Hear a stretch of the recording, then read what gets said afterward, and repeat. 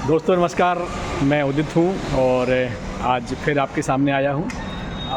आज बुंदेलखंड के चरखारी विधानसभा के बारे में बात करेंगे। ये बहुत चर्चा में विधानसभा है और 2026 की शुरुआत में इस विधानसभा ने जो यूपी की सियासत में चर्चा पाई है, वो फ़िलहाल जो है थमने का नाम नहीं ले रही है।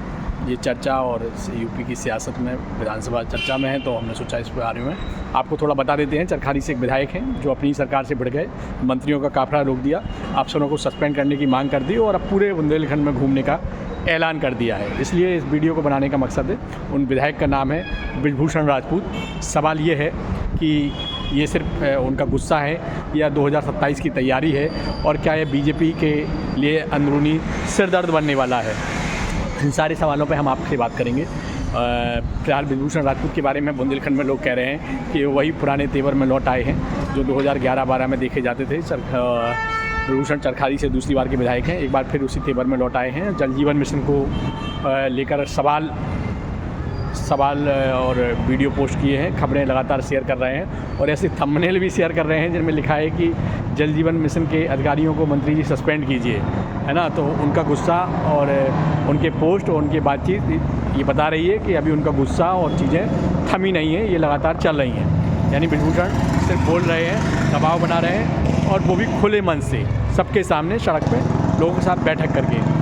अब उनके नए फेसबुक पोस्ट, यानी राजनीतिक उनका इशारा क्या है, जो शुक्रवार को उन्होंने फेसबुक पर एक पोस्ट डाली है, उस पोस्ट के भी अलग अलग नेतार्थ निकाले जा रहे हैं। उन्होंने इस पोस्ट में लिखा है कि क्या मुझे बुंदेलखंड के 7 जिलों का दौरा करना चाहिए और कौन कौन मेरे साथ चलेगा, अपने नाम और नंबर बताएं। तो उनके जो फॉलोअर्स हैं, उनके जो समर्थक हैं, वो उस पे अपने नाम और नंबर लिख रहे हैं। लेकिन मेरा सीधा सवाल है कि इसका मतलब बहुत गहरा है। ये उनका कोई टूर प्लान नहीं है, ये एक सियासी ऐलान है, ये संदेश है पार्टी को, संगठन को और सत्ता के गलियारों को। ये उनका मैसेज सीधा सीधा सभी जगह पहुंच रहा है। क्यों उनकी ये यात्रा ज़रूरी हो गई, इस पर भी हम आपको बात करेंगे कि उन्होंने क्यों ये यात्रा करना मुनासिब समझा और इसका ऐलान किया। ब्रिजभूषण ने साफ नहीं बताया हालांकि इस यात्रा का मकसद क्या है, लेकिन इसके निर्धारित लोग अपने स्तर से, अपने हिसाब से निकाल रहे हैं। लेकिन जब तक उनका खुद का बयान नहीं आएगा तब तक कैसे उसके बारे में कह सकते हैं। लेकिन राजनीतिक पढ़ने वाले जानते हैं कि विधानसभा चुनाव सिर्फ 1 साल दूर है और मंत्री स्वतंत्र देव सिंह से उनका टकराव हो चुका है। पार्टी और संगठन भी इस टकराव से सहज नहीं है। ऐसी स्थिति में खबरें ये भी हैं कि 2027 में चरखारी विधानसभा से बीजेपी नया चेहरा उतार सकती है और ये चेहरा पार्टी अपने हिसाब से, अपने चीज़ें के हिसाब से ले सकती है। ऐसे में ब्रिजभूषण के पास विरोध के अलावा कोई दूसरा विकल्प नहीं बचता है। तब ब्रिजभूषण को क्या करना चाहिए, ब्रिजभूषण कैसे अपनी चीज़ों को संभालें। तो उनके लोग जो बता रहे हैं, लोगों का जो अनुमान है कि वो अपने लोधी वोट बैंक और बुंदेलखंड के गणित को ध्यान में रखते हुए एक रणनीति तैयार कर रहे हैं आने वाले भविष्य को लेकर, कि अगर ऐसी कोई स्थितियां बनती हैं तो हम कैसे उन चीज़ों का फेस कर पाएँ। चूँकि ब्रिजभूषण जिस लोधी बिरादरी से आते हैं उसकी बुंदेलखंड में बड़ी पकड़ है। झांसी, ललितपुर, जालौन, महोबा, हमीरपुर, कुछ बांदा, कुछ चित्रकूट, ये सारे ज़िले हैं जहाँ लोधी बाहुल वोट बैंक है। हर जगह लोधी वोट बैंक है और ये बीजेपी का कोर वोट बैंक माना जाता है। तो यानी ये साफ है कि अगर ब्रिजभूषण सड़क पर उतरते हैं और ये तो सिर्फ नेता नहीं, एक बड़ा वोट बैंक भी उनके साथ चलेगा और सड़कों पे दिखेगा और उनके बीच में वो अपना पकड़ मजबूत बनाएंगे, सीधे अपना जुड़ाव करेंगे, कनेक्ट करेंगे।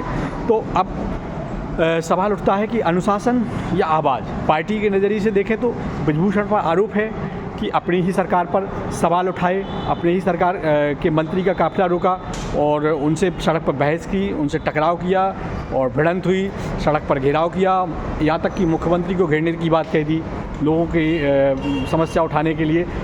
अब पार्टी कहती है कि ये अनुशासनहीनता है, हालांकि खुलेआम नहीं कह रही है, बट उसको चुप्पी साधे है। लेकिन अब ब्रिजभूषण कहेंगे कि ये बुंदेलखंड की आवाज़ है। अगर पार्टी कहेगी अनुशासनहीनता है तो ब्रिजभूषण भी उसके काउंटर करेंगे कि ये बुंदेलखंड की आवाज़ है। तो फिर आगे क्या। अभी फ़िलहाल में उनके पिताजी ने भी एक पोस्ट किया है और उन्होंने बेटे के समर्थन में लिखा है ना। तो उन्होंने कहा है कि 4 बार के सांसद हैं उनके पिताजी गंगाचरण राजपूत जी। उन्होंने फेसबुक पोस्ट में लिखा कि मेरा बेटा निर्दोष है, वो बुंदेलखंड के लिए जीता है, उसकी रगों में बुंदेलखंड है, वो बुंदेलखंड की लड़ाई लड़ा, जेल गया, लाठियाँ खाई, सड़क पर जो है आंदोलन किए। इसलिए उसने बेटे ने पानी के लिए मंत्री से मांग कर दी। जनता से जुड़ी मांग है, इसमें कोई व्यक्तिगत और पर्सनल हित नहीं है। तो ये सारी चीज़ें अपनी जगह हैं। ये सिर्फ भावनात्मक पोस्ट नहीं है, ये राजनीतिक ढाल भी इसे कहा जा सकता है पिता की। तो आंदोलन से विधायक ब्रजभूषण राजपूत का पुराना नाता रहा है, वो आंदोलन से विधायक तक का उन्होंने सफ़र तय किया है। राजनीति के वो कोई नए खिलाड़ी नहीं है, पुराने हैं, विरासत में मिली है पॉलिटिक्स उन्हें। 2011 में उन्होंने बुंदेलखंड अधिकार सेना बनाया, उसके वो खुद प्रमुख रहे हैं। वहाँ जालौन में ये एक्टिव रहा है, अफसरों का घेराव करते थे, चक्का जाम, आमरण अनशन, जेल यात्रा, सड़क पर मार्च, यहाँ तक कि अधिकारियों को चूड़ी और बाकी चीज़ें भी पहनाने से नहीं हिचकते थे। तो 2000 फिर इसके बाद बसपा से जुड़े, फिर 2015 में बीजेपी आए।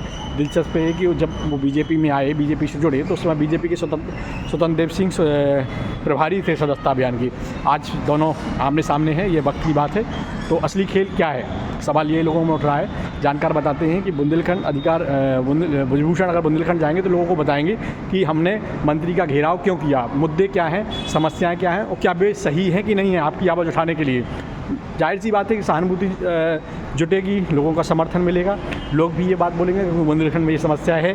तो फिर संगठन को एक संदेश जाएगा कि अगर ब्रजभूषण को छुआ तो वोट बैंक खिसक सकता है, खासकर लोधी समाज का।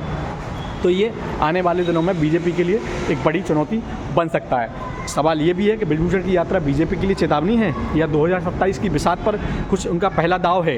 ये सारी चीज़ें संगठन को ध्यान में दिलाने के लिए शायद एक कदम हो सकता हो। बुंदेलखंड की सियासत अब गरमाने लगी है, ब्रजभूषण पीछे हटने के मूड में बिल्कुल नहीं दिख रहे हैं, क्योंकि उनके लगातार पोस्ट और वीडियो और बाकी चीज़ें ये साफ साफ मैसेज दे रही हैं कि ब्रजभूषण आने वाले दिनों में संगठन के लिए कुछ और सिरदर्द बनेंगे और पार्टी को सोचने के लिए मजबूर करेंगे। फिलहाल इस पूरे मामले में बीजेपी की ओर से चुप्पी छाई है, किसी की तरफ से कोई बयान नहीं आया है और कहा यही जा रहा है कि 2027 में इस पूरे विवाद की गूंज यानी कुछ बड़े कड़े फैसले के तौर पे आवाज़ सुनाई दे सकती है।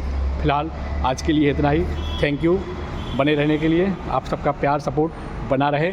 थैंक यू, जय हिंद, नमस्कार।